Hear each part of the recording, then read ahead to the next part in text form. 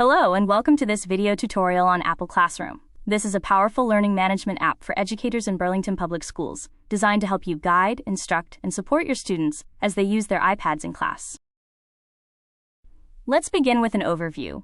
Apple Classroom is an application that is available on your teacher MacBook and your teacher iPad.